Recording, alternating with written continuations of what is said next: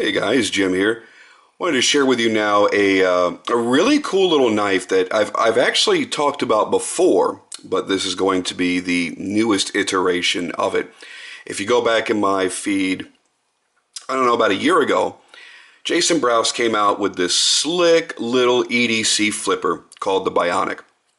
And he did really well for him, but there were some nitpicks both from myself and from other customers, but also from Jason himself, and he wanted to make the knife better. So what we're looking at here is the Bionic 2.0, and in my opinion, it's almost a night and day difference between the original Bionic and this new variation. So first off, we'll start with the packaging. This is the packaging you receive with the Bionic 2.0. Cool little clear plastic tube, nothing crazy, nothing overly expensive, but still a really cool way to package it. Pop that bad boy open, we'll get the knife out, and the paperwork. So first off, as always, you will get your certificate of authenticity signed by Jason, and there is the, number of the individual knife right there. He's going to be making 1,000 of these. Anodized aluminum frame, D2 tool steel hollow ground blade, and 59 to 61 Rockwell hardness. Now what that card doesn't tell you, however, is how amazing the quality of this knife is, given the fact, and I'll start with this because I don't really get a chance to say this very often, given the fact it is one of the most affordable knives you can get your hands on in this category. Jason's only charging $159 for these. I know he's still got a couple left on his website. You can check him out at brousblades.com, but I think you're really going to have to search more at dealers at this point than at his own website. And what the card doesn't tell you is not only are you getting an incredible value, but you're getting a sick-ass action. Jason has spent the past year or so perfecting his detents. You'll notice I'm not having to push button this. I can just very quickly light switch it, and the blade is screaming out of the handle. It is, like I said, pretty much a night and day difference between the original and this one. Now, the other big differences are going to be in the way the frame was built and the way the frame was contoured. This is so much more comfortable in every aspect. There were a lot of sharp edges all around the inside of each side of the frame.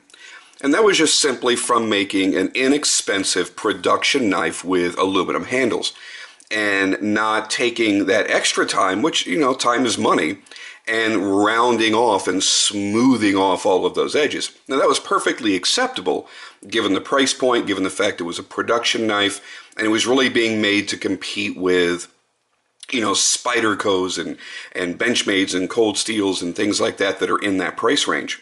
And what he's done now is he's offered a new level of refinement which takes it a step above what it ever was before.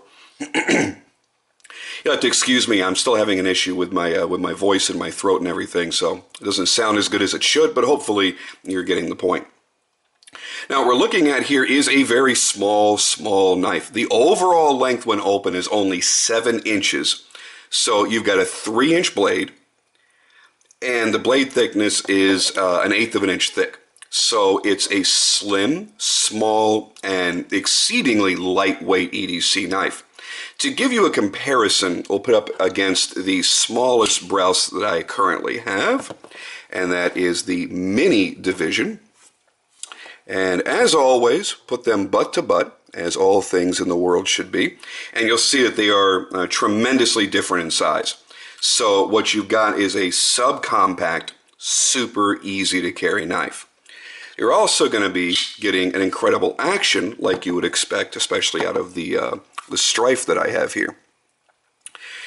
Not only is this tremendously smaller, but take a look at the difference in the thicknesses all the way around.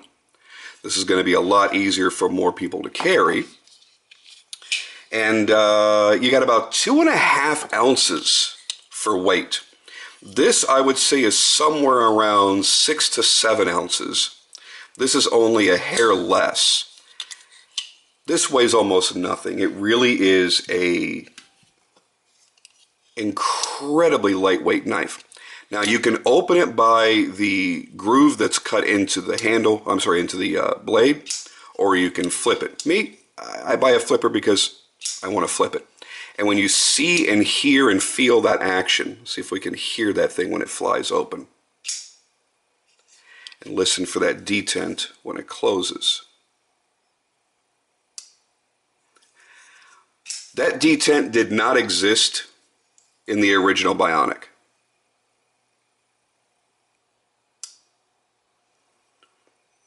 The other thing I like about this is in this particular finish, you've got the black Cerakote with the dark acid stonewash blade. I really like the dark acid stonewash because it highlights the primary bevel. You can get the all black Cerakote blade where it matches 100% to the handle. I actually like it this way. It somehow looks a little bit meaner. I like this knife in all black. They have a myriad of colors, red and orange and green, and I think there's purple and all kinds of crazy shit, because aluminum takes to a lot more colors than titanium does. So it gives him a lot more flexibility. This thing is incredible. Oh, and by the way, he's also refined his edges on here as well, so the knife is actually going to be wonderfully sharp out of the box. No need to strop it or sharpen it or anything else. There were a couple people I saw that commented on my Instagram post of this knife yesterday. They said, "Oh, you know, I got a Bionic from him last year. It wasn't really all that sharp. No issues, no worries there whatsoever." So let's talk about the ergonomics. I wear a size large glove, so I typically don't carry a knife this small. But as you see, it does fill up the majority of my hand. My fingers do really want to wrap all the way around it, or I prefer them to be more like this. So it's not a knife that I personally would be relying on as an everyday. For me, it's a great backup to my primary, or it would be really great for the days that, I don't know, you're going to the beach and you're wearing swim trunks and you need something really slim, really lightweight, or just running around town in a pair of shorts. This is going to be something that's not cumbersome, not difficult to carry. And listen, you know, sometimes you need that shit. Sometimes it's okay to carry something big and beefy and bulky and heavy. And there are other times where it's just not going to be a possibility, or it's just not going to be comfortable for you. You prefer not to do that. And this is a good way of going about that.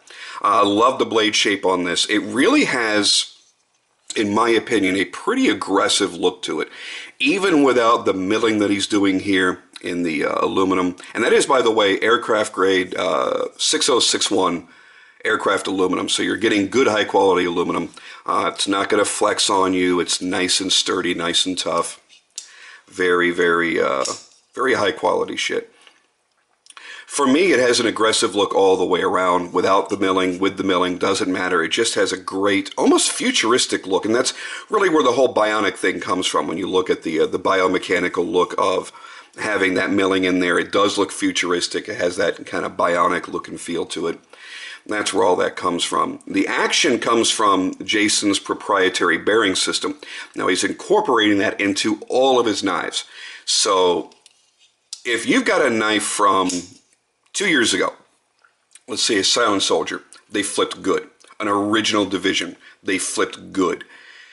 You pick up a knife today, anything that he's making today, whether it be a Caliber, whether it be a Bionic, a Strife, a Mini Division, they flip like they're insane.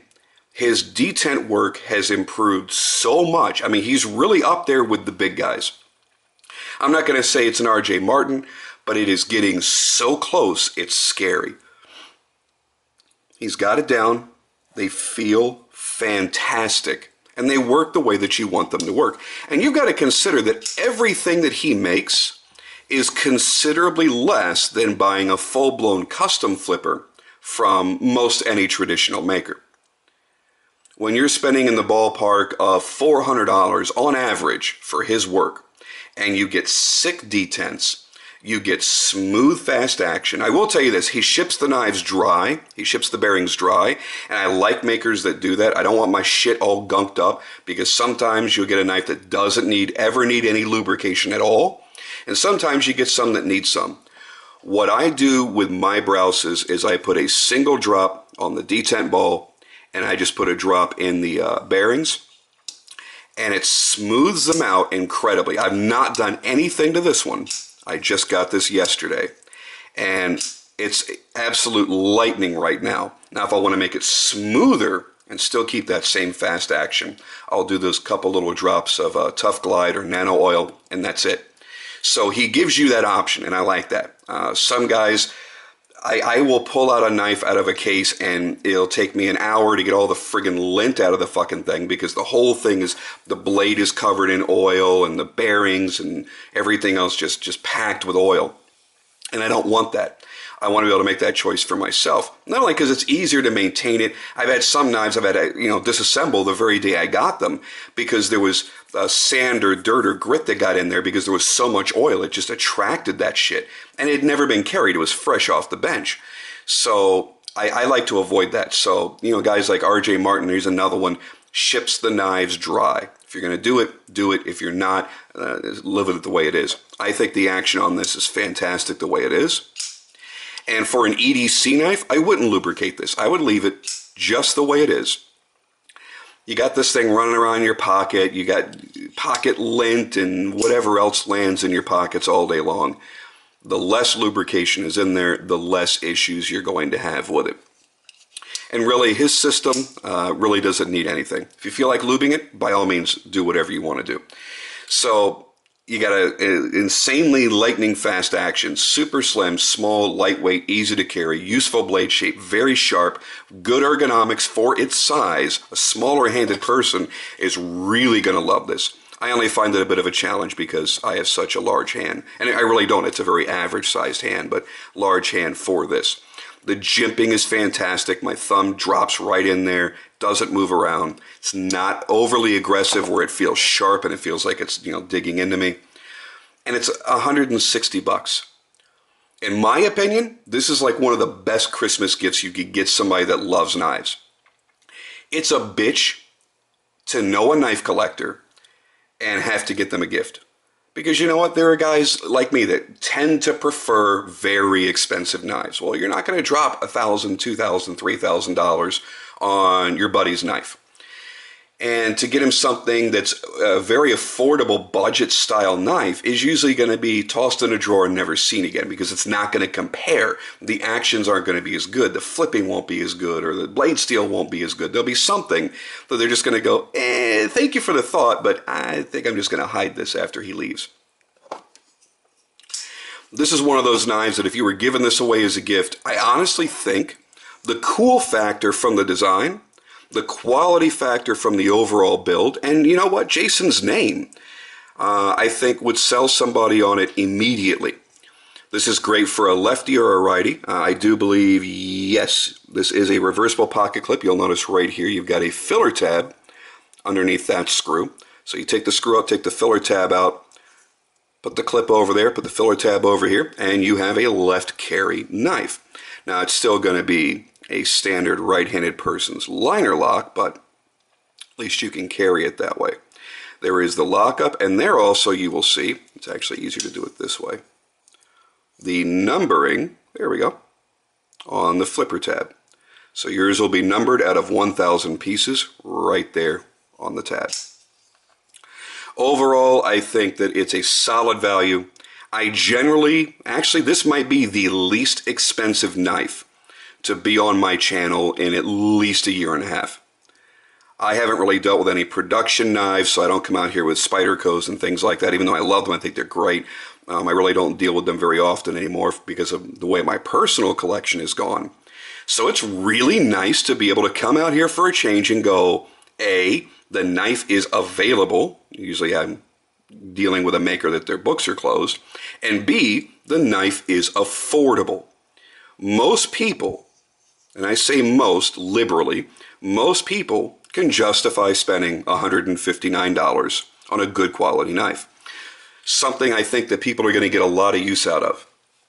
So whether you get a black Cerakote blade, whether you get the dark black wash, the acid stone wash, or you get the satin blade, no matter what color you get in the handles, I think there's going to be a choice that will pretty much satisfy everybody out there.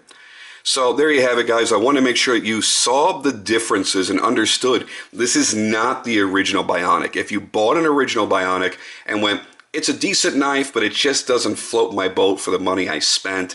The sharp edges on the frame kind of bother me. The action is okay, but it's not out of this world. Now you know that if you loved that knife other than that, this is the knife to go back into.